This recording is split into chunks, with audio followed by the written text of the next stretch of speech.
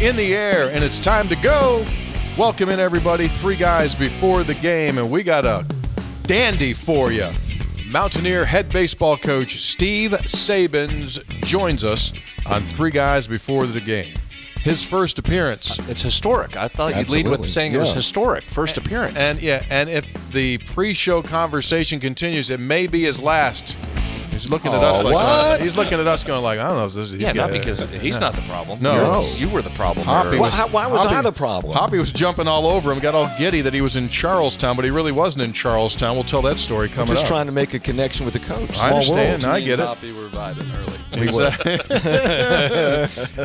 He immediately Sabins came in. He gave him the indicator. And Hoppy took off, running around the building 2 times. 3 guys before the game, brought to us by Comax Business Systems, keeping West Virginia's business data safe, secure, and efficient for 25 years. By GoMart. Go for good times. Go for GoMart. Go get that GoMart rewards card. Why not? You save money on your food and your fuel instantly. And like some of these days during the week, they have like triple rewards points. You're going to rack them up. I mean, you get so many rewards points, you go fill up, someone will come out from the cashier's window and they'll give you $100 just to drive away. Now stop. That's a really good rewards card right there. Unconfirmed. Jeez. 3 guys also brought to us by Lou Wendell Marine Sales in St. Albans. They sell family fun.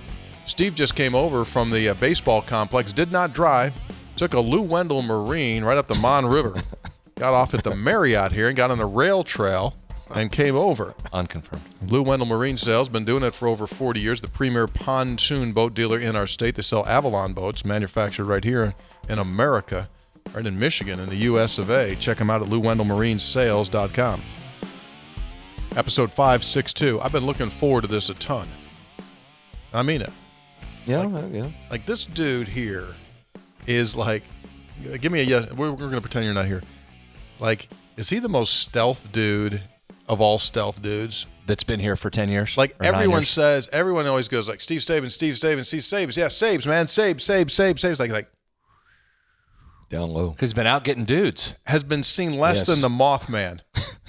But suddenly, but at the same time, revered, respected, like.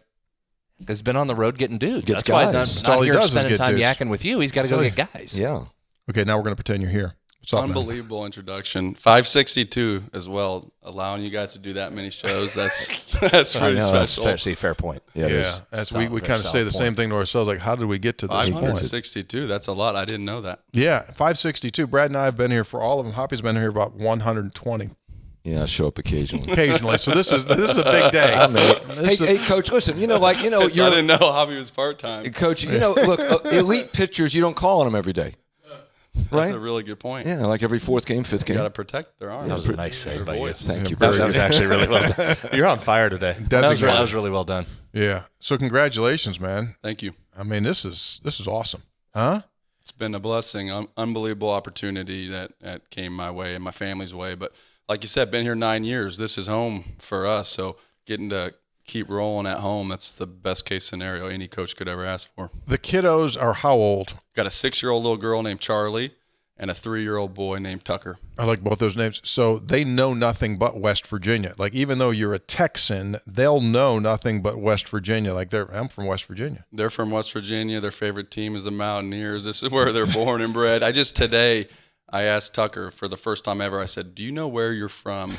And he said, West Virginia. And it's like the cutest thing right now. So we get him to say West Virginia as much as we can. That's awesome. That's awesome. He's a West Virginian. He's been here 9 years. You said, he's a Texan. But he's a West Virginian now. I mean, what is the official time that it takes to become I've been a West Virginian? About 40 years. Yeah. Well, 40, I'm 28. I've been 40, and I still have people come up and go, I bet you root for Syracuse, don't you? I know you do. Don't say you don't. I know, that's the facts. I know. Yeah. I bet you root for Texas, don't you, Steve? You're born there. I get it. What you get, Steve, no matter the level of your loyalty, it's so where were you born? I was born in Austin. So you're not from here. Oh, okay. So we're Mountaineers by choice. I mean, Brad's a Mountaineer by choice. Got here as fast as we could. Got here as fast as we could. I'm not going to go on a rant about that, but anyway, that's fine. Yeah, we've decided to live here. Thank you. I mean, some people don't like people and stay here. And stay here. I mean, Thank you. I'll say it. I don't care. I'll get myself in trouble. Like when people always go like, well, you're not from here. Well, let me ask you a question. If you were born here, did you have any say in being born here? No, you won the sperm lottery. I mean, you happen to be born here. So like, does that lessen? Oh, here he goes. Does that lessen anything? Does that lessen Offending anything for the all fact that I natives. wasn't born here? We've gone from offending Australians to offending CPAs to now offending all West Virginians that were Who were born born here. here, including me. Well, I'm just saying, my point is I've decided the people that were born here didn't decide. That just happened. It happened to be here. I'm glad to be here. They also chose to stay. We I can all understand. peacefully coexist as West Virginians. There doesn't have to be lines of delineation or who's more. We can all exist. Totally Two agree. lines. All of Two us. lines. All exist. I'm preaching from the same hymnal as you. I'm just saying, like, don't hold it against me. I didn't have it. That's why I didn't, That's all I'm saying. What time's Can the we show talk start? about J.J. Weatherholt? Let's go. We'll get there. We'll get there. So as I was saying, it's just amazing what the last 12 months has been like for you. Really, it's like almost 12 months. It hasn't even kind of been 12 months. You're one of those rare guys that were tapped as the head coach, and then literally it played through. It was like a storybook, the way that it played through, and then you move on. A lot of times when people are designated, we know it just turns to be like we know. it's not a good situation. And so it worked out like storybook for you. It was wonderful. I think everybody knew the risks involved with that, including Ren Baker, Coach Mazey, myself, and you kind of take those on head on. That's probably one of the most proud things that I am since being here for 9 years is how smoothly that transition went, because when you're dealing with a lot of different people with motives in a program, sometimes ego can get involved with sports and people and a bunch of super ambitious, driven people.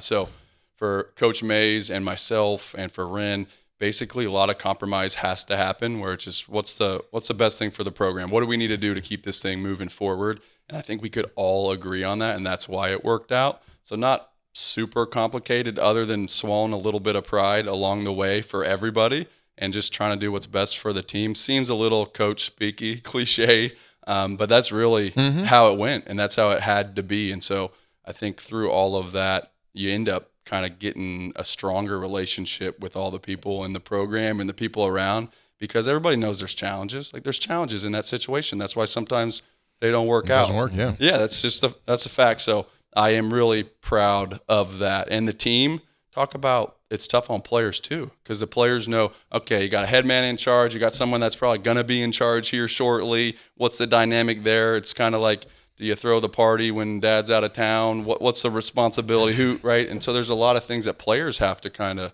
understand and be delicate to as well, and staff, and the list goes on. So it was a cool year. It was a really cool year. Helped me grow, become a better coach. Mm-hmm. You answered that very humbly, but you also should get a lot of credit for that, because that's part of having to step back a little is what you did. You continued in the role you were doing. I assume took on some more responsibility, but the program seemed to still have that one voice. That's a credit to you being able to make sure there was one voice speaking and your time will come. And you were very, very deferential to Randy in those moments when it was him at the end of the career. So I think you get a lot of credit for that personally. Thank you. I appreciate that. I think the summer before, a year ago today, when some of the staff members, including myself, if you have some other opportunities that come your way, it breeds some confidence in you as a leader. So you get to make that choice. And so when you make the choice to do something like be the head coach in waiting, you say, okay, I know what I'm signing up for. It's going to be difficult. I'm going to have to take a back seat. I'm going to be an assistant coach to Randy. I'm going to echo his voice. I'm going to do what's best for the program in my role. So you kind of come to terms with that before making the decision, versus if you don't have any of those choices, it's probably more difficult because you're trying to prove something or you need to be the next guy. So for me, it was kind of okay, I know what I'm signing up for. You ready to roll? Tab, you ready to do this? All right, let's go do it right. And so ended up working out good. And you can't control the wins and losses.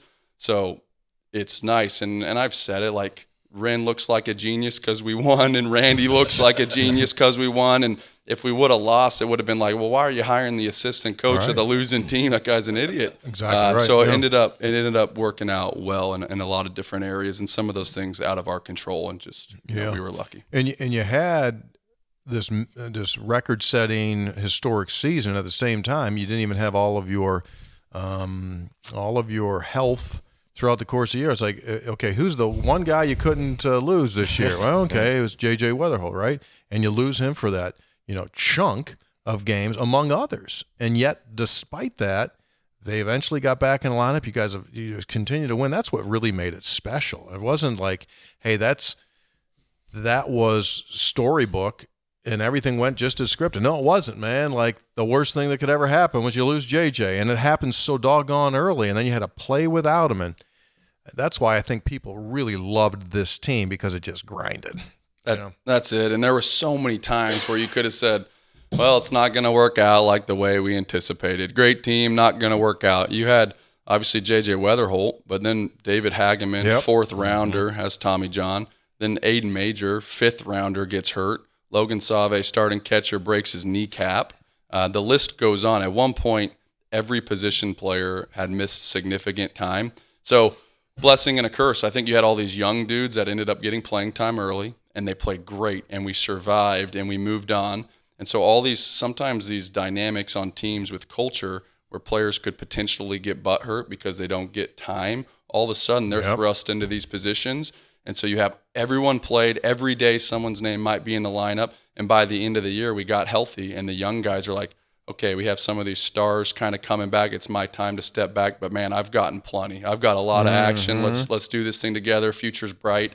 And so we were able to maintain that culture through the injuries, and really were able to develop our team, which you can't do because you got to win games. So a lot of times you got great players sitting on the bench rotting a little bit. We just certainly didn't have that this year. Yeah. You talked about the coach in waiting and all the dynamics associated with that. Did you have any instances, and you don't have to give names, but any instances where there are a player or players who is looking ahead and you're going to be the coach, and he's looking at you more than he would look at Randy? I mean, any weird dynamic there during the season? All the time. Every dynamic that you can imagine, as far as playing time, scholarships, NIL deals, future cuts, transferring, all that stuff. It's a constant dynamic of, should I speak to Randy? Should I speak to Steve? Where do I go with this, right? Because anything to do with the player's future would potentially come to me. So how did you handle that? Well, there's a lot of different ways, but essentially you got to just make sure you communicate with Randy on a consistent basis. Okay. And so you're always letting the head coach know. You're always letting him know what's going on to make sure not only does he feel included, but he can adjust lineups and culture and things that he's going to say to the team based on what's happening. But it's human nature. You got 19-year-old kids thinking about their future. Sure. And we're always preaching, right? Be where your feet's at. Be where you are today. Try to get good at what you're doing in the moment. But in the back of their head with these young guys, there is a future. They are making hard decisions. And so sometimes it was best for Randy, who could play a little bit of that grandfather figure. I'm here for you long term, but I won't be coaching you next year. And then sometimes there were more questions directed toward me about, that next season, or where do you see me fitting, or what's best for my future. So it was a good dynamic, played off of each other. There was certainly a role for Randy big time in some of that bigger picture stuff, like, Coach, give me your honest opinion. I know Sabes wants me back because he thinks I'm an important piece of this team, but how do you see this? Wow. Yeah. Well, you all survived it. That's tough. And thrived. Yes, and right? thrived. Not even just survived, just thrived in it. Tony's mentioned Storybook a couple times. What do you think it was that led the team and the program to get to where you got this year, given all of that ups and downs with the health that you went through? What will you remember most about this team and how you got that far? I think a whole lot of individuals putting ego aside to accomplish team goals. That's why we're in it. That's why I'm in it.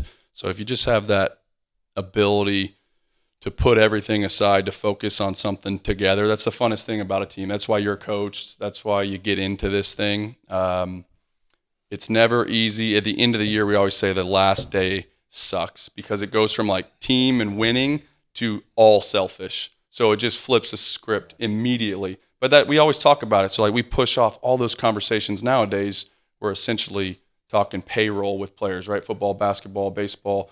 These are payroll stuff, and it's hard for adults to handle those things with jobs and contracts, and the grass is greener on the other side. Like, it's hard enough for adults. So these young guys were just preaching, just this is our team this year. Cherish these moments until the last out. When that last out hits, you do have to evaluate where you stand and what's going on in your future. We're not naive. We don't try to pretend that doesn't exist. It's just hold on with me until the last out. But when it hits, it sucks because you go from very strong bonds fighting for each other to like you're never going to be with that group of guys again. Yeah. And so it is. It's a little bit of like a whirlwind slap in the face. Like, oh, we got to get selfish needs and desires kind of paired and set aside and handled and through the draft and all these things, and then we can work towards being a team again. And so the draft for me is so exciting, but it's most exciting because we're getting closer to having a finalized roster of that group of kids that you're going to go to war with again. We're not quite there, but you're getting close to like, all right, we're about to be a unit again, right? And after that last out, it's not a unit. It is a little bit of a free-for-all trying to put the pieces together. I get that you understand this because this is the world you live in and you've always been the baseball guy. It's not like you came over from football or basketball. But the dynamic in college baseball is even way different than these other sports. These other sports are figuring out how to manage NIL.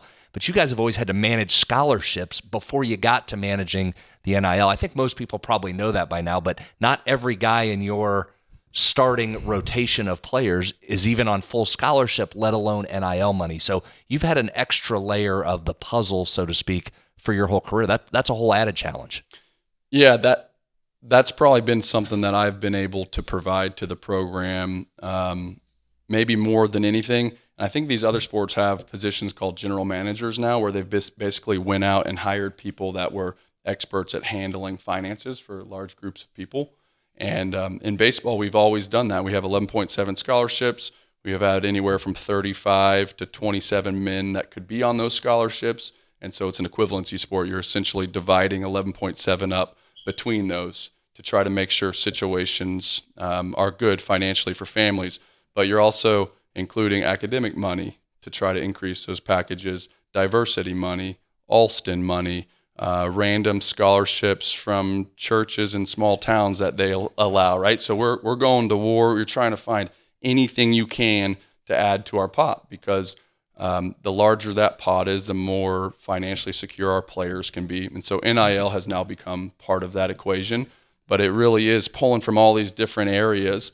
And, you know, you learn super quickly. There's one thing you don't mess around with people or families or kids. It's finances, because if you don't get that right, you're going to lose trust instantaneously. So you got to be very accurate in what you're saying, what you're portraying. And if we don't do that internally as a program, there's no one that's going to do it, right? There's not some financial aid counselor that's sorting that stuff out. And these kids need to be told the truth, where they stand, why they stand there. And now with NIL, they're becoming more a little bit of that professional hybrid, where they're having to handle professional conversations on these things more than ever about where they stack up, where they're at with the draft, how they're valued on the team, all those kind of things. So interesting dynamic, to say the least, as far as team culture goes. Everybody's on different stuff, different packages, and it's about, like I said, when we start the fall, you're a team, and at the end of the year, let's reevaluate, and we go back to work. Has it helped? Has NIL helped baseball programs, though? Has it given you more money to work with than you had, or it's just added more to the equation? It has helped. Yeah. It has helped specifically at West Virginia. We do a wonderful job there. Go ahead. I was going to say, we had Ren in on the last episode. Your world is about to change, though, because you're not exactly sure what this new revenue share deal is going to mean for scholarships, right? Or we should say roster size. Or payroll. Payroll. Right? Right. Rather So you're than scholarship limits. like a year from now, it could be a completely different set that you're working with, right? 100%. Really unknown, but the last 5 years have been unknown.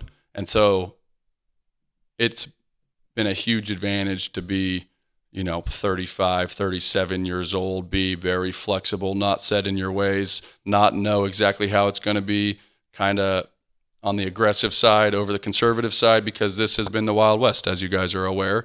And so if you sit back and you wait for people to tell you how it's going to be, you're too late to the party. See, I like that. You need That's to a be good Lewis answer and there. Clark. You just need to go out there and just like, okay, we're just going to cut the ground ourselves and cut through here. You got to do, and kind of figure that out as you go, because there's no clear instructions. You talk to Ren. There's no clear instructions. Or rules. Or you didn't say it. I did. Or rules. Or Principle. rules. Or rules. Guidelines. Continue. Yeah, and so sidebar conversation.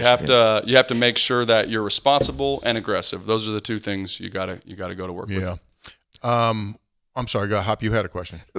I'm going out in literally left field now. So Sam White. it seems like in baseball, more than most other sports, that suspicion comes into play. And by that, I mean that you watch these baseball movies and players have suspicions if they're on a heater, if they're on a slump. Do you think superstitions? Oh, yeah, what'd I say? Yeah. Yeah, I mean superstitions. Yeah. Superstitions. I'm sorry. Superstitions. So are you superstitious? And did you have players who, like, okay, they're on a hitting streak, and so they're not going to change their socks, or they're slumping, so they're going to change their routine? I mean, that is very common to baseball, superstitions. Are you superstitious, and do you have players who are superstitious? So many players are superstitious. The game is so hard. I think part of my issue was like a little bit of that obsessive compulsive thing going on. So I'm counting how many seconds I'm drinking water and stepping over lines. Oh, really? When I played a lot more. Now I'm calmer now, way calmer as a coach than as a player. But I think some of those internal anxieties kind of lead into the superstitions a little bit. So we talk through players sometimes too, because guys can get a little carried away with the superstitions. Like examples. You don't have to name names, but examples. How long they step out before they step back into the box, how many times they do their gloves, how many times they touch their helmets, jumping over the line, readjusting your hat only with one certain hand. The list goes on. It's absurd. Why is that? Why do you think that is? And does it have an impact? Like I'm thinking of Bull Durham. If you're on a hitting streak and you think it's because you haven't changed your underwear, then roll with it. Yeah, it's the power of the mind, but there's also a lot of dead time in baseball. And so they're trying to not think, because if I'm doing my batting gloves and my helmet and my cleats and I'm doing other stuff, I'm not thinking. Eventually you just step into the box or make the pitch. You just go into executing, letting your body kind of get into that flow state, whatever you want to call it, versus over-analyzing. Because in baseball, you got time to over-analyze and just keep thinking and dwelling. That's interesting. 2 strikes on the hitter. You and the hitter do this. What's that mean? 2-strike approach. So we have a 2-strike approach. So it's really just telling the coaches and the players, hey, readjust. We're in this together. Everybody's on the same page. We have a plan that we're working to. Essentially, 2 strikes, a little bit of a chaotic experience. You have to open up the zone. You got to swing at multiple pitches. Statistically, you're in a bad spot, but you're trying to tame a chaotic experience with an approach or a plan. So instead of thinking about, the shit that you're in, you just go straight to your approach and you go to work. So you're an analytics guy? Are you a feel guy or an analytics guy? Definitely both of those. And my age would be kind of in the middle of both of those things. There's guys around my age that are probably feel strongly on both sides of it, but I kind of grew up in the middle of it. Appreciate both strongly. You think you'll go any more in-depth analytics as the head coach? Will you go more feel, leave analytics to somebody else? Will your approach change as the head coach? I think I'll probably be more field-oriented as far as decision-making on the field, but we will incorporate more analytics in recruiting and with the game. We just hired a director of pitching and pitching personnel, and he's had a lot of time with the Boston Red Sox, 11 years in professional baseball, and those teams draft a lot on models. So essentially algorithms to decide what players are going to join the Boston Red Sox. And so he's very familiar with what they're looking for, why they're looking for it, and how those things play in professional baseball. So we'll include those in our recruiting and the analysis of our own players to kind of figure out what do we think is the right recipe for success. Moneyball or Bull Durham? Which of those 2 movies? I have to lean towards Moneyball. Yeah. Just because you're doing more with less. It's a thing of beauty. Do more with less. Yeah. I think we're going to institute a hand signal for Hoppy. Right? This works for the Mountaineers. Because sometimes he needs when he leaves his phone on or something, or just when he needs to tone down? Sometimes he needs to settle. Focus in? right? He needs to settle. He knows things are right. Is that fair? Things are getting a little bit. I think we need to come up with a signal for you, Hoppy. Yeah, we might use the same one. We might go, let's bring it down, Hoppy. It's things. Let's just settle her down. I understand, but look, before the interview, I was thinking about this, and I thought I'm really curious about that. No, it's a fair question. So it wasn't about. I mean, we talked a lot about the other things, and I was just curious about. Oh no, I get that all the time. People ask me that question all the time. What's going on there? We're going to do it with Hoppy. It's going to be our signal. I like that. Yeah, I appreciate that. Yeah, I mean, you're already setting trends. Because your guys never miss it. I mean, I don't know that. Does a guy ever miss it and forget to do it? Not without hearing about it. Will you call pitches? I won't.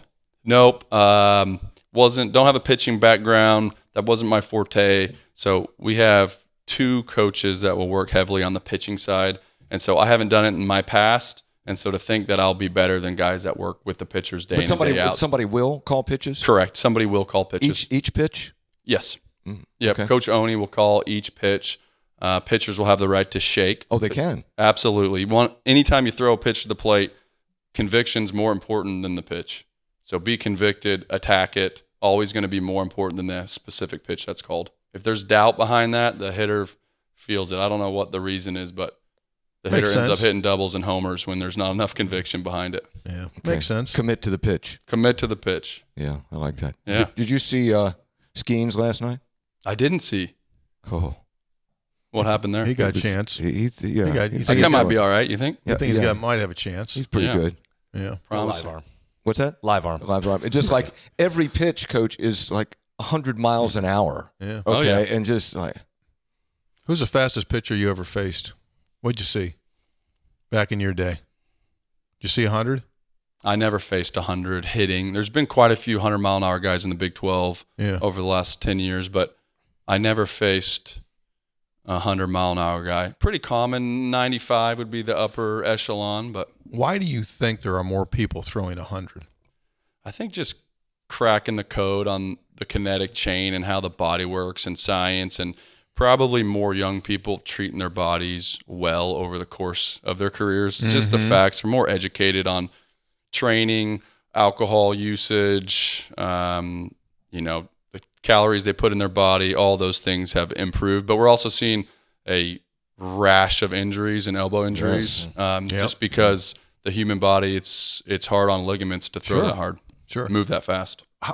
When you were a little squirt, like how did baseball begin to take your life over? Like how old are you when you go like, I don't just like this thing, like I want to live this world? It's literally been my entire life. So since I was 5 years old, I was sleeping with a bat and a glove in my bed. And I remember going to Round Rock Express and University of Texas baseball camps with Cliff Gustafson, and I was the hustle MVP, and like those are big moments in my life that I remember, like kind of monumental things, and every one of those monumental things in my life ends up revolving around baseball, things that happened in baseball. So I don't have a lot of other pillars, honestly, in my life. And even the bad ones, I remember going to a youth camp and my cleats were too tight, and I was super fearful that I wouldn't be able to take my cleats off and I wouldn't be able to play the next day because I wouldn't be able to put them back on because they're too tight. So I slept for 4 days with my cleats on, and it was an overnight camp. I think I was 6 or 7 years old. Made perfectly logical sense to me. Of course it did at the time. At the time. Ripped the hell out of the sheets. Yeah. It was, I think we were sleeping on a clubhouse floor with a sleeping bag anyways. But, yeah, had jacked up feet for quite a few weeks after that. But I didn't know any different. It's just kind of – it's always been what I've done. That's awesome. Yeah. At what point then – though, did you like, oh, okay, I get it. I'm pretty good. I can do this. I mean, was there a moment? Was there a seminal moment? I was a good player, but not a great player. I think probably my biggest strength was some of those leadership characteristics and finding a way for me to get better. I was obsessed with making myself better. And so that passion kind of turned into how could I help other people get better? Because I was average and probably played way above my skis. Had some good moments in college and some cool experiences as far as playing, and ended up being a good player at a lower level. But that was my strength. So it was like being around people was a strength. Communication was a pretty good strength. And then getting better with a limited skill set genetically was a strength. And so it kind of fit into what I'm doing now. You know, Brad was a pretty good player. I actually didn't know that. Not major league level, though. No, college. I mean, he was a very good college All player. conference. Yes, college player. He was just at the draft with J.J. Weatherholt, the 7th pick in the Major League Draft. We probably don't need to tell him about my I would like accomplishments. I'd like to hear more about it. The coach wants to hear more. We'll talk offline. It's not as impressive as JJ's. Tell us about that. The draft experience was unbelievable. Highest drafted Mountaineer in history. He's there. Highest drafted guy that was at the draft. That was a pretty cool, nice little pop for the program there. How was that? What was that experience like? It was unbelievable. Just for JJ to include me and Coach Mays and Weston came and his family, and that was pretty much the draft party. It really felt special because you were just like, this is amazing. Getting to share this moment with somebody, which is the peak moment in that guy's life, you just feel special. I mean, I'm riding the coattails of JJ at the draft, right? You're just a fan, right? You're just a fan in that moment. And so more of just an honor to be in a position to be valued in somebody's life, not to get too cheese out on you, but that's what it is. It was unbelievable. They end up saying, okay, well, we have to sit backstage because they may call and they have to negotiate deals and we have to say yes, and it's an air-conditioned area, but you guys have some seats like in the main arena. And we're like, yeah, cool. We're just along for the ride, like all good. So he ends up saying like, yeah, so you're up there, and we look, and it's literally a leather couch that is closest to the stage as possible. And so we're going like, oh, these are the tough seats. Like we're all in on this thing. So we had the best seats in the entire MLB draft. And so usually it's always go, and you're working and you're trying to set the roster. And so you got to just slow down a little bit and just enjoy and be a fan and like a fanboy, for a little bit. And I took advantage. We had a recruit that we're getting after this summer, and I was sending some, hey, I hope me and you are together in a few years, baby. Let's do it. And so it's just a fun to be there, honor to be there. A lot of great people, and just awesome when his name's called, right? I mean, that had to be as thrilling for you as him. Oh, you hear that? It was so cool. There was, I think, Jack Caglione ended up being the 5th rounder, and they came up and they said with the 5th pick overall, they selected and we're like all fired up, getting ready to go, but it was Jack and not JJ. So we got a little disappointed there, but 2 picks later. Sure. Yep. You can use that recruiting, right? We got some slots to fill because you might have heard JJ Weatherholt. He's with the Cardinals now, so we can. We're gonna abuse that in recruiting. Yep. Steve, what are your memories about recruiting him, IDing him, and finding him? One of the big memories was just being at Alderson Broadus. And so University in West Virginia, we had recruited him a little bit. We'd seen him at Bridgeforth Field, and he was going to play at Alderson Broadus, and my dad was in town, and he was playing for Beaver Valley Red 15U. So not a national team, just a small local town. And so I rolled up there with my old man, and we were sitting in the third base box, and it was so cool because during the draft, JJ's dad was telling this story from his perspective about the West Virginia coach came to Alderson Broadus, and we were nervous. And because you were the first ones in on JJ. I mean, you were the only ones in, I should say, not just first. You were the only ones in. Yep, only ones in and first ones in there. And so we're at Alderson Broadus and got a couple hits, showed his speed. The biggest play, the monumental play for him is there's a Texas leaguer hit over the first baseman's head, and it's just one of those cork dinks, jam job kind of thing, low flight ball. JJ's playing second, and I was just kind of honed in on JJ the whole time, and he got an unbelievable read off the bat. Some of those instincts that you can't teach, guys that aren't ready every pitch. It's hard to be ready 150, 200 times in a single game. You have to be really dialed in. So gets a really good jump. He ends up laying out on his belly, slides into foul territory, catches the ball down the first baseline, and that's when I made my decision. I'm in. And I'm like, am I really recruiting a 15-year-old second baseman from Beaver Valley Red that weighs 145 pounds? Like, we're going to look good or I'm going to get fired here in the next couple years? Because you don't traditionally recruit. He was small. He was definitely undersized. More of a local guy and playing second base. You recruit a lot of shortstops at the younger levels, and so got to give Beaver Valley Red a shout out. Okay, but how did you know that there was a kid for Beaver Valley Red? Who told you that, hey, there's a kid up here that might? How did that happen? I think it started. That's a good question. You recruit so many guys along the way, but built a relationship. There's a coach named Patrick that works with Beaver Valley, and I had seen him once before, and I think saw something special in the swing and maybe reached out to Patrick and just said, hey, what do you got on this guy? Like, give me a little background. He's like, great kid, hard worker, looks like the bat's coming along. So it was enough for me to kind of just stay in the mix, kind of just, okay, I'll put it on the back burner. So you have JJ reach out. Hey, little squirt. Hey, shoot me a text whenever you're playing. Let me know when you're around the area. You just kind of throw that out there. And part of recruiting is just seeing who cares enough to stay in touch with you. Like, is there enough passion, enough care for you to communicate with college coaches? Or is it not that important to you? Like, that's always been my judge, is if you're not that into it, if a college reaches out to you and you're not all in, like, I don't have time for that, because they got to do their part a little bit. So he was definitely communicating, let me know where he's playing. Hey, coach, here's a video of me in the batting cage. Here's me lifting. I'm playing at Alderson Broadus today at 4 p.m. I'd love for you to stop by. I was like, all right, this kid's fighting for it a little bit. Let's go see what he's got. It's awesome. Yeah.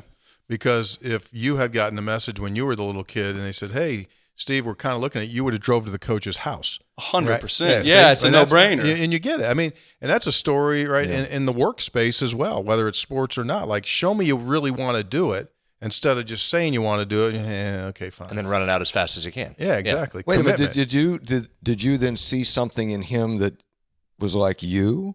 Oh, good question, Hoppy. Did you see a little Steve? Deep. That's deep. Churchville goes deep. Churchville going deep. I think in recruiting in general, similar personalities attract each other. Just in general, like, you look at any team across the country, and there's going to be a reflection on the coaches that are doing the recruiting. You can't help it, because there's some of that magnetic personality stuff. So you like people that probably have some similar characteristics, mindsets, values as you. And so I don't know if it's intentional necessarily, but without a doubt, that's a fact. That's why the staff matters and the people that are in the program matter. It's not just evaluation skills. You need the people skills, and you want kids to want to be around coaches that they share those things with. So I hope so. He's a stud. Three guys before the game, brought to us by Comax Business Systems, keeping West Virginia's business data safe, secure, and efficient for 25 years. Comax Business Systems offers premier digital phone systems for businesses. For example, Steve told you, communication is key, right? That's how they got J.J. Weatherholt. So whether Steve needs one line or 1,000 lines to make recruiting calls, he goes to Comax Business Systems. They've been doing it for over 25 years. Plus, they can come in, do remote monitoring of your IT, and a whole lot more. Visit them at comaxwv.com. Three guys also brought to us by GoMart. You've been to a few GoMarts in your recruiting days. You put a lot of miles on the car, and the old empty comes up there. You pull up there and get a lot, and you go in there, get yourself big marshmallow pie, big Mountain Dew. Always go to GoMart. 7-foot Slim Jim that looks like a fly rod, and a cupcake that weighs 13 pounds are all available to you at GoMart. Get the rewards card, and again, get all those rewards lined up, and basically the gas becomes almost free. Let's talk some other personnel guys from this past season. It's been fun to watch as a small school guy myself, to watch the Kyle Wests get shots, right? A really successful D2 player comes up. Derek Clark, what an unbelievable story. JJ's a great story, and you'll tell that forever. Derek Clark's a hell of a story. D2 guy comes up here, able to do what he does. Talk about a guy that doesn't look the part necessarily either, and just had an unbelievable season, now getting a chance in pro ball as well. As fun of a story as anybody on our team. If you're a baseball fan and a West Virginia baseball fan, you can't root for a guy more. Obviously, JJ's in that category, but Derek Clark, so similar. Like, the one is not better than the other as far as story goes. So he's a D2 player that goes to the Cape Cod League and pitches great and leads the Cape Cod League in ERA. If you do that and you don't look like Derek Clark, you're a third rounder. That's just how that works in that league. So he shows up to West Virginia, and you always recruit and you sell guys on come to West Virginia, increase your draft stock, win championships, do great things. And there's always a little bit of a knock, like, well, I'm going to be a senior. Could you really do that? Are you blowing smoke right here in the recruiting thing? So he's the definition of taking advantage of your opportunities. So comes to West Virginia as a D2 pitcher. He is an All-American. He's a Gold Glove winner. He's a regional champion, and then he's a 9th rounder as a senior. It just doesn't happen. So it's just like anything is possible. Don't tell me it's not. I'll recruit the hell out of it because it is possible. Look at Derek Clark. So he's a statue for it. He's the Beanie Bishop of Mountaineer baseball, right? Beanie comes in for 1 year, becomes a consensus All-American. You go get this guy, and he's just a classic wow guy. What are the non-negotiables? What will be the non-negotiables in your program to your coaching staff and to your players? It's always been on more of the recruiting front for me as far as like what we're looking at. And a big piece of that is team first, loves to play baseball. Those things are non-negotiable and seems kind of silly, loves to play baseball. But a lot of people like to play baseball. Not a lot of people love to play baseball because there's a lot of adversity. There's a lot of honest conversations. There's a lot of tough days. There's so much failure. Yeah.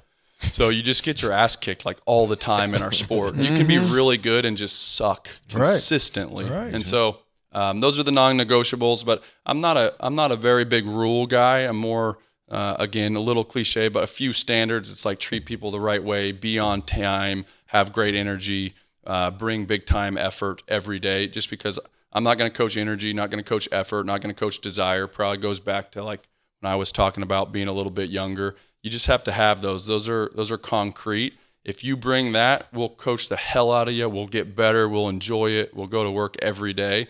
But we can't go motivators. We're not motivators. We need guys that want to be here because they want to be big leaguers and they're chasing dreams and goals. Yep. That's kind of my big thing. Coach, it was let's go back to the super regional, and it was I know Coach Mazey was talking about nobody expects us to win, and we're playing with some house money here, but you guys were so close in those 2 games, and that second game was just a heartbreaker. I mean, what was the mindset of the coaching staff and the team going through those games, those 2 games? It was different than anything I've ever felt for West Virginia baseball. There's more pressure when you're playing a small northern mid-major on a Tuesday in the regular season than there is in a super regional game against North Carolina. So you were loose? Loose. So loose. And the guys were having fun, and they knew they were good. They knew they could compete with anybody in the country. It was a feeling of let the chips fall because they had proven that they had been good. And so the repercussions of losing to a lesser team early in the year has massive playoff implications. Whereas once you get there, we're just going to go try to win the whole damn thing, right? Mm-hmm. It's just you're playing loose, you're free, the guys are having fun, the belief is there. So it was the first time literally in my career where like before the super regional games, I was like, I'm pretty sure I can just like go along for the ride here. Like I've kind of done what I need to do. Like these guys are animals. They're going to compete at the highest level, and I got to make sure I do my job well. Make sure I send guys when I need to send them, and I give some positive reinforcement. But at that point, you're not talking hitting and pitching and standards and being on time. Like you're way past that stuff. We're just going to compete at the highest level. So it's more of like a support role. It was the calmest I've ever been in my career. I thought. And who's the guy from North Carolina who hit the home run? Who's Honeycutt. And I thought at that second game, I thought, guy made a play. You know, a major leaguer made a play. That's what happened. And those moments, a lot of times it comes down to who are the big leaguers on both teams and who plays the best. Like what did your big leaguer do? What did your big leaguer do? Who made the pitches? Who got the knocks? But those teams were obviously pretty comparable when it came to talent. And so who makes the plays, who performs at the highest level? At that point, my job was just to get the guys in the right mind frame and to be loose. And like, you guys are playing literally with house money. Go do it. It's a great point on the house money. But at the same time, I would think you can take a lot away from that from a story standpoint. And I think that's exactly right. That wasn't a plucky upstart Mountaineer team. That was a College World Series level team that just happened to get beat by a couple of plays. I think if nothing else has done it, that showed, hey, this program absolutely can be in Omaha. Agree? I 100% agree. And I think everybody felt that. The team felt that.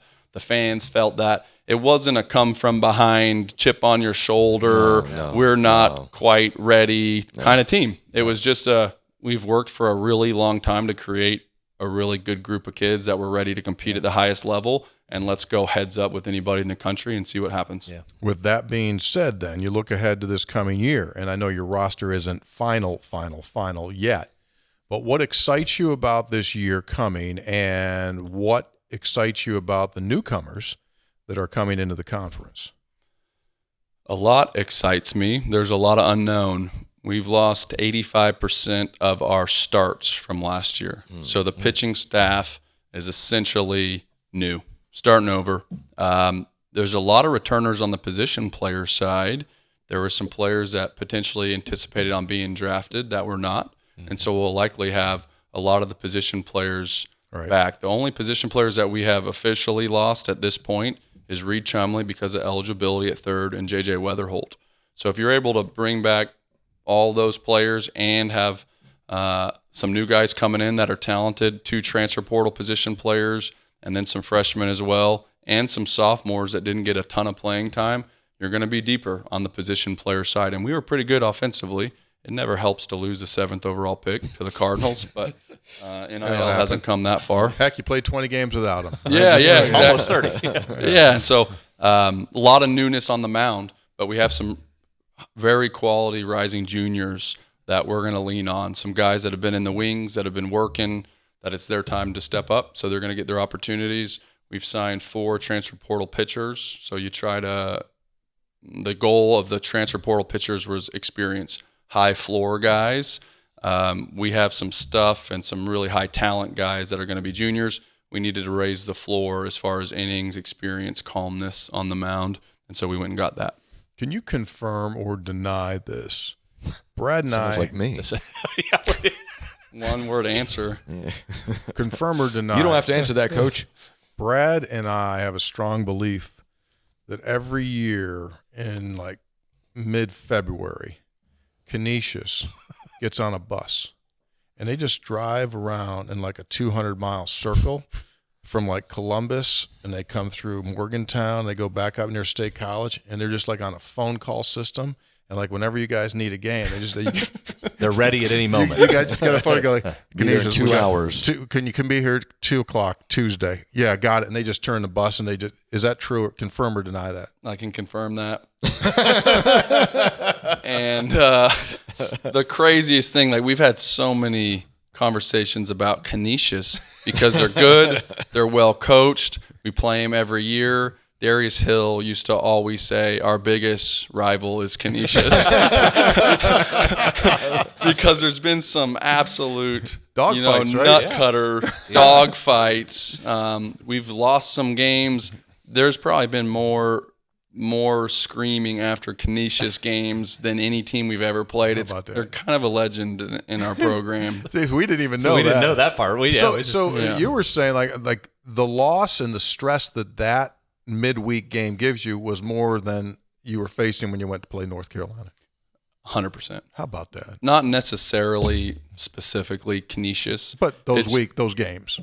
Non-conference early season. Yeah. Non-conference early season. If those teams end up not having good years, how it affects your RPI and how you're viewed on the national scale are monumental. So people kind of poo-poo those, and as coaches, it's the opposite. And sometimes as 19-year-olds, it can be the opposite. Mm-hmm. And so you got to make sure people mentally are in the right place for those kind of games. Plus, it's cold, and it's sometimes it's rainy, and if I'm remembering correctly, like we had extra innings against one of those midweek games earlier this past season. I'm thinking like they're all so important. Like you put it in your pocket, and you're like, "Oh, let's just move on." Yeah, we had some tough games. We lost a game because we had an outfielder lose a ball in the sun early in the year. So some of those games where it's like very important and it's sun ball, for God's sakes. Like some of those things, and that's just baseball. But you have to keep going and you have to stay the course and stay consistent. But baseball, there's a lot of times every season. We had our best season in program history, but 20 games in, we were losers and things weren't going good, and there was certainly there's ups and downs with baseball, which makes it fun. What is so when things aren't going well, but also maybe players or certain players aren't aren't reaching expectations or not doing what they should be doing, what's your go-to? What is your go-to for either motivation or inspiration or criticism or getting in their grill? What's your go-to? My go-to is normally consistency, habits. You try to instill all those so it just becomes the norm. So probably just refocusing on the habits, the consistency. Sometimes young people will get out of their habits a little bit and could affect their performance, but there isn't always a solution. It's usually just keep going is the key thing and not to panic. Coach Mays has always been really good about bringing the team together and kind of talking to them about where you're currently at. You're 30% of the season done. This is a comparison to some teams in the past that have been good, that have been bad. This is where we've started in conference and we've made regionals. So just perspective for young people to stay calm and stay the course. You're not a yeller?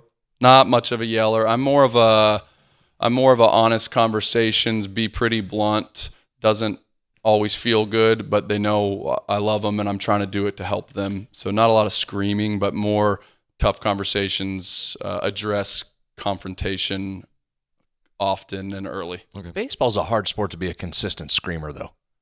I know there's guys that do. There's a lot of time, and it's a long season. That's hard to be up in guys' face and scream. Yeah, and sometimes you don't even know if they're doing good or bad. There's so many factors in baseball, and a lot of times the other team is doing well, and it's more about just where you're at mentally. You can get upset about effort. Mm-hmm. You can get upset about how they're playing the game, but that's about it because it's so hard. Performance isn't really an indicator if they're trying or not. Good point. Yeah. What did it? A number of times this past season, I mean, the place was just rocking the stadium. I mean, what impact did that have on this team? It's amazing. There's been 5 consecutive years with record-breaking attendance. In the last 2 years, we've broken the single game attendance record. It's pretty amazing. The biggest crowd in history was in 2019 when we hosted a regional against Fordham. And then in 2023, the biggest game in history was against OU. And then in 2024, the biggest attendance in program history was against Pitt on a midweek. Yeah. And so we had the biggest crowd in history on a midweek game that was bigger than when you're hosting a regional. So it's unheard of. You don't get that very many places. Quite remarkable. It's remarkable. When you think about what it was and what it is. And that was a true attendance number. We were in attendance at that game. That was a mob scene. It was there. That was packed. It was rocking. And I always tell kids in recruiting, you want to be honest. It's just if you believe you're a kind of player that will elevate in those environments, you need to come here. If you are a little bit unsure about the bright lights and the crowds and that energy, you don't want to come here. But there's so many players that play better in those environments. Sure. Those are the dudes. That's the guy you want. That's who you're looking for. That's Derek Clark. He's going, I was good at Northwood D2, but under the lights in the regional, I'm going to be really good. It's like feeding those guys steroids when you get with those crowds. Because he had to bring his own energy at D2, right? Absolutely. There's 35 people watching. You got to get yourself juiced. Yep. 4,500 people there. Let's go. Let's Easy. go. Yeah. What do you envision that becoming? Because obviously Randy, always put layers and layers and layers and continued to build it and build it and build it. And it was like, boof, when he walked away, it was like at the peak. So like now what in your mind do you want to see? Do you go to Ren eventually and say, hey, about that one hillside, let's tear us this, or do you want more seats? Like, what would you like to see? I don't need to. You just did. That's unbelievable. Put it down, Ren. Go get a bulldozer. Take care of that. Caution him. You probably don't have to tell Ren to add seats if it leads to more revenue. I think he's probably on top of that, right? Yeah. But do you have? I think that's really fair. I think when you're selling out games consistently, you have to consider the prices. You have to consider the seating. You have to consider the luxury seating options. And I think we're right at the time to begin doing that. Need to capitalize on it. You have 2 berms that are not fan friendly, so to be able to tier those. That's a nice way of saying you could slide your ass Especially down. first base side. You can see some photographers go down on that first base side. Oh, yeah. Yeah. When I'm in the third base box, you'll have some people on the berm behind me, and you have kids hanging out on the berm, and guys are hitting foul balls at 111 off the bat. And I'm always like looking for kids behind me. Hey, make sure your kid's under. Yeah, I'm looking for that. But if you're able to tier those and maybe you turf it, maybe you put up some tents, you could create a really cool party atmosphere that was luxury seating. and be able to sell those. And I think there'd be a lot of fans that were excited about it. Ren was, when in our last episode, Ren was looking for ways to make a few more shekels. I think maybe that might be it. But it was also talking about how they have a lot of needs, and so you got to make decisions. But he'll build. He said he'll build stuff if there's an immediate pencil that says, "Yeah, if you do this, you'll make this, and we'll do it." Well, they're aware of the seeding possibilities there. That's it, right? Win games. That stuff follows. Pretty easy. Oh yeah, why didn't I think of that? Just win games. Just win games. That's it. Just go win some games. on. So That's it. Thanks, Brad. Major League Baseball is heading to robotic umpires at some point, right? We're already seeing it. Would you be an advocate to see college baseball with the tracker? Oh, that's a good question. That is a good question. I haven't really gone down that road too much. I like the human element of the game. I like you guys some bad calls every now and then. Man. There's no doubt about it. I'm not against the robo umpire. I just like watching a ball game and fans being interested in what that guy's doing. I like the energy.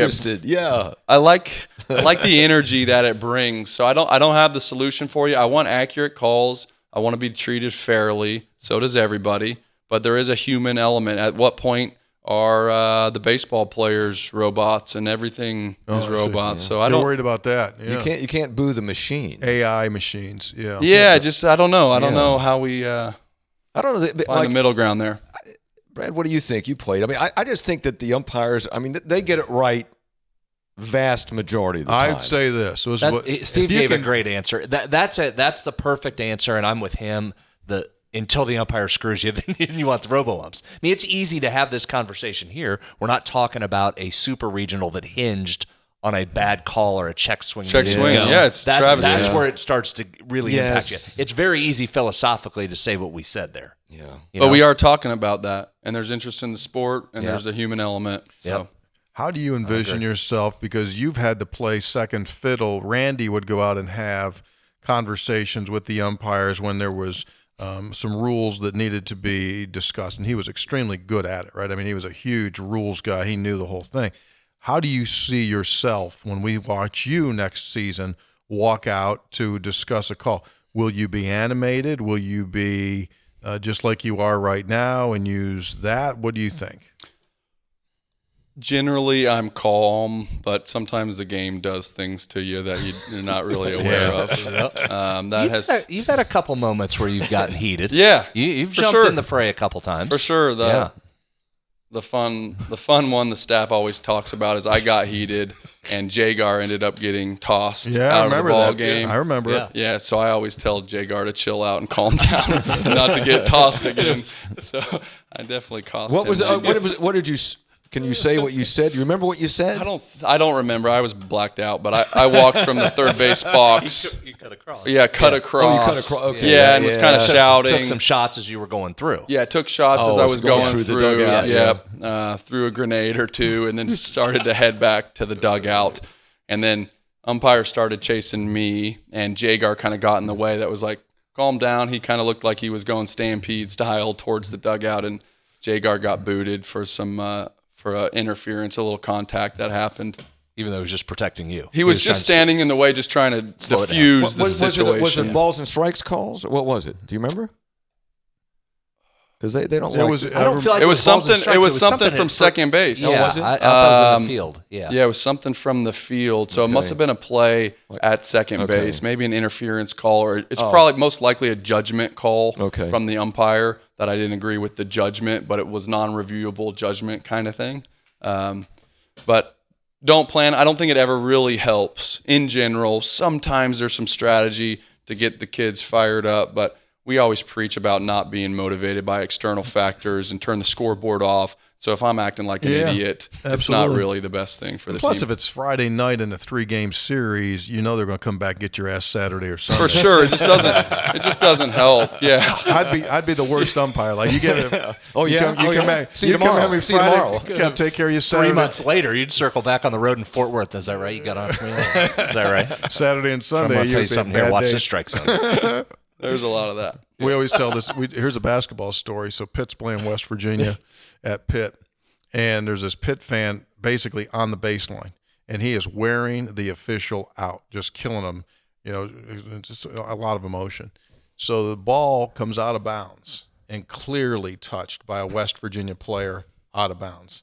And the official took the ball, said, West Virginia ball, gave the ball, West Virginia inbounded, started at the floor. The official looked back at the guy from Pitt that was screaming, goes, how'd you like that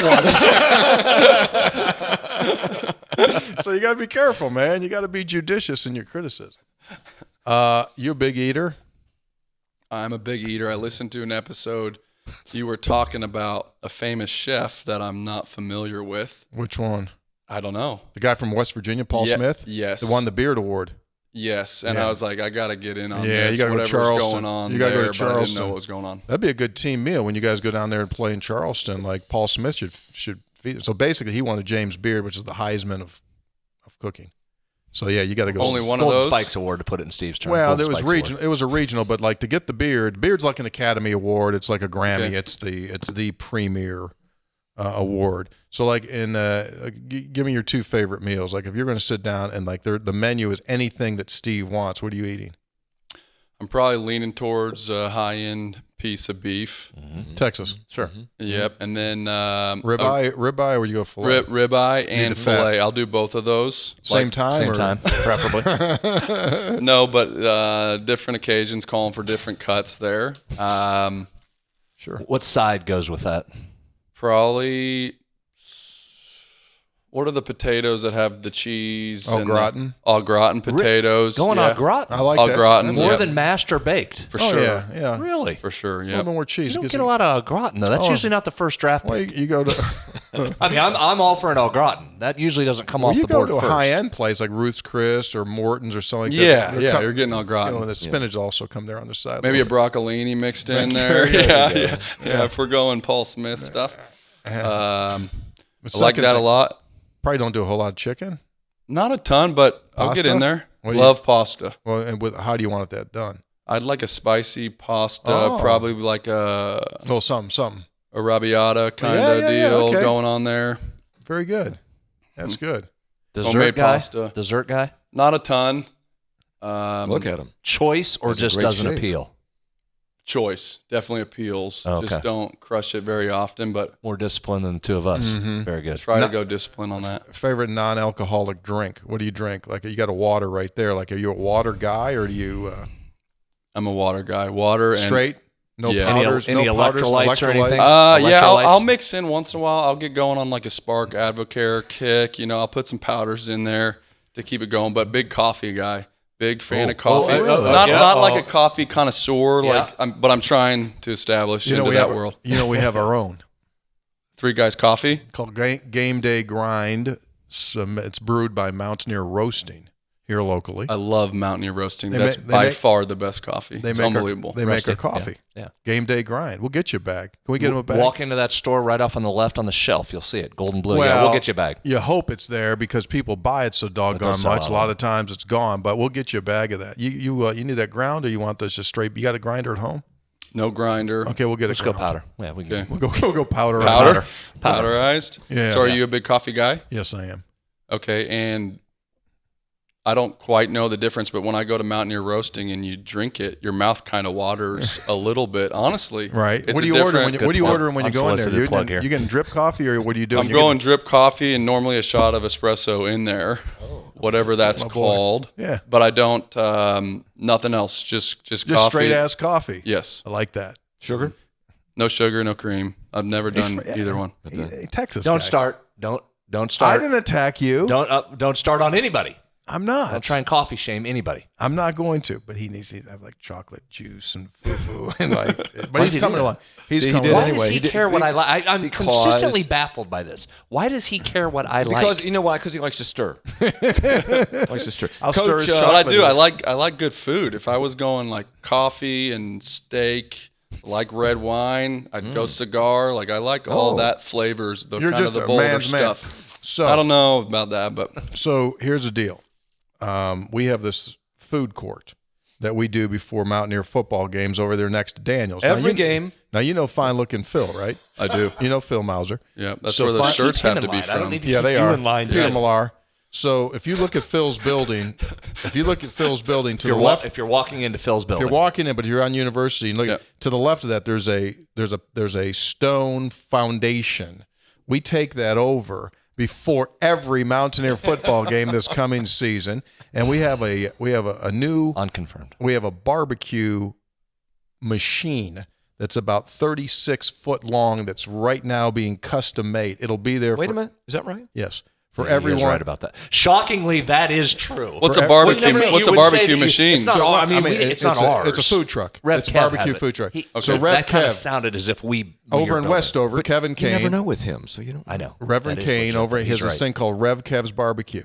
And I'm just telling you this, as a Texas dude, his brisket is absolutely as good as anything you've eaten See, in that Texas. fires me up because that's a pretty big knock I have is that the barbecue. Oh yeah, well you wait till It's just been we it's- gotcha. It hasn't been Hey, let me tell you elite. something. Hasn't been elite. Rev Kev will do two things for you. He will show you the light from the pulpit, and he will show you the light in barbecue. I think that's a fair statement, Hafi. When you agree with that? Well, we've said many, many times. that So his- in order to be accurate here and make sure, I am told by our guy that you'll be able to order that off the episode800.com. You can go this to fall. like, you'll be able to order really? your Saturday pickup. You'll be able to put the orders in through the website. Like if coming you want on a Fridays. complete brisket, completely done, you just go in there, episode 800, put your order in. Game day comes in, you go into your tailgate. Hey, I got my brisket ordered. Boom. He's got room for 96 pans inside the big barbecue truck. That sounds amazing. It's going to be awesome. So we'll have you over one of these Saturdays. I would love I'll that. get and coffee. Big fan. And coffee. Rusty will be over there from Mountaineer Roasting. Well, sure. He'll make it. So we'll get you a coffee. We'll get you barbecue. Get you a big lollipop. Call it a day. what about the our friends from Parkersburg? Oh yeah. Oh, the beer. Yeah. We're also Efforting. we're having a new beer come out this fall. Three guys beer. The first one was called Kirchevale. Now we're getting ready for the second one. Have we? I don't think we've I announced. feel like the you name. got to Just play on hop and hoppy. Oh, well, That's that not was going on. Kirchevale, right? Kirchevel's last name. Kirchevale was the first one. Very, Wait. very creative. I tell you what. The next one, this next beer that's coming out in August. I'll just say this: the can is so pretty that I don't even know if you want to open it. Might be a collector's item, I think it is. It's gorgeous. like an art piece. It is an art piece. It's absolutely gorgeous. We had a taste test. I really liked it. It's really good. Yeah. It's really, really Coach, good. More on that later. I think I'm only allowed to support More on Country that later. Roads Trust. Well, yeah. I mean, that's fine. That's okay. We're all That's friends. fine. That's fine. That You works. can Whatever. still look. You can still. That's You can still, when you show up, Coach, you can still have one of the Three Guys beers, and it doesn't have to be an endorsement or non-endorsement. Just Yeah, enjoy, absolutely. I'm just enjoy responsibly. We're all for the trust. We're all for. This is what we're for, buddy. Yeah, go ahead. We're all for great players. Getting dudes. Right. We don't care how. We just want great players. You know why? Great players make great coaches. Great coaches make great teams. Great teams win. We just want to win. Hey, That's all we want. Coach, And we like to talk about winning. Yeah. hobbies, avocations, things when you're not working.